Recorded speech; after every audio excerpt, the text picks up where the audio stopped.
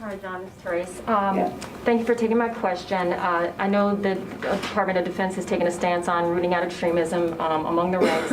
However, my question is, have there been any talks on, I guess, making amends to those individuals who experience racism while serving in the military? And I have two examples I can give for you. The Tulsa Massacre Centennial just happened this week, and I was able to speak to Army veteran Hugh Van Ellis. And he described not only surviving the massacre, but then joining and proudly serving the military that didn't believe in him. He experienced so many different racial instances while serving and even after. But luckily for him, he survived. Private Felix Hall, who was stationed at Fort Benning, did not. He was the first American to be lynched on a military base. To this day, that case has not been resolved. So we still don't know what happened. So in the instances where you have members who are experiencing racism while serving their country, are you guys in talks of how to make amends or try to resolve these instances that have happened in the past? Well, first of all,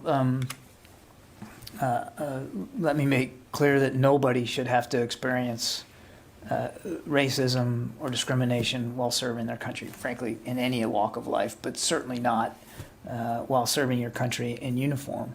And I'm sorry to hear about those two examples. I did not know of that history, but that's representative of problems we know we've had in the past. And we're not blind to the fact that those kinds of feelings and or ideas and the actions that come from them still exist inside the ranks. The Secretary's been very clear that racism of any kind does not comport with our core values and has no place inside the military. And some extremist ideology is race-based, some is gender-based, some is anti-government based. So this is beyond just the extremism discussion that you started your question with.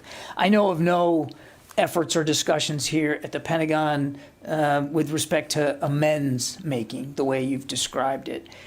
But one of the things the Secretary does believe is incumbent upon him and every leader here in the department in terms of making things better is simply being better leaders and fostering and engendering a culture here at the Defense Department where everybody who's qualified to serve in uniform is able to do so in an environment completely free of hate and fear and discrimination. And that's really at the core of what he's trying to do in that regard.